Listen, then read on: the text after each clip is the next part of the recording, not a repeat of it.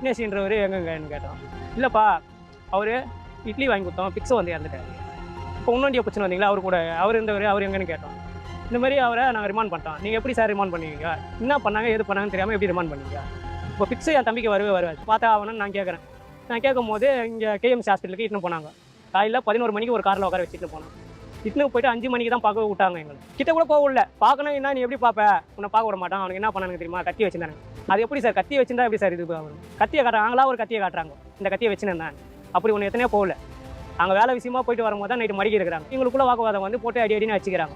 அச்சு இந்த மூஞ்சிலேருந்து இது வரைக்கும் தைலி. பிக்ஸ் வந்தவனுக்கு மூஞ்சில் ஏன் தைல் போடுறாங்க?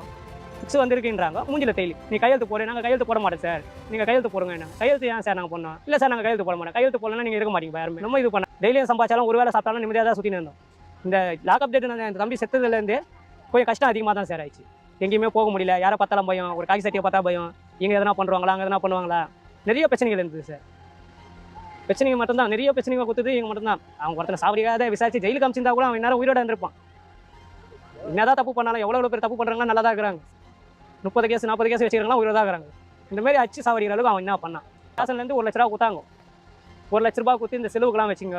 நாங்கள் 1 லட்ச ரூபா வரைக்கும் முழுசாக பார்த்தது இல்லை, இருந்தாலும் சம்பாதிக்க தெரியும் எங்களுக்கு. அது எங்களோட உழைப்பில் நாங்கள் சம்பாதிச்சிக்கிறோம். எங்களோட இதுவில் நாங்கள் பொதிப்போம். அவங்க என்ன சொல்கிறாங்க, எரிச்சிருங்கன்றாங்க. நாங்கள் எப்படி எரிப்போம்? அப்போ எரிச்சா தடையே இல்லாத ஆகிடும். நான் இது வரைக்கும் ஓட்டு போட்டதில்லை, ஆனால் இந்த வாட்டி நான் போடுவேன்.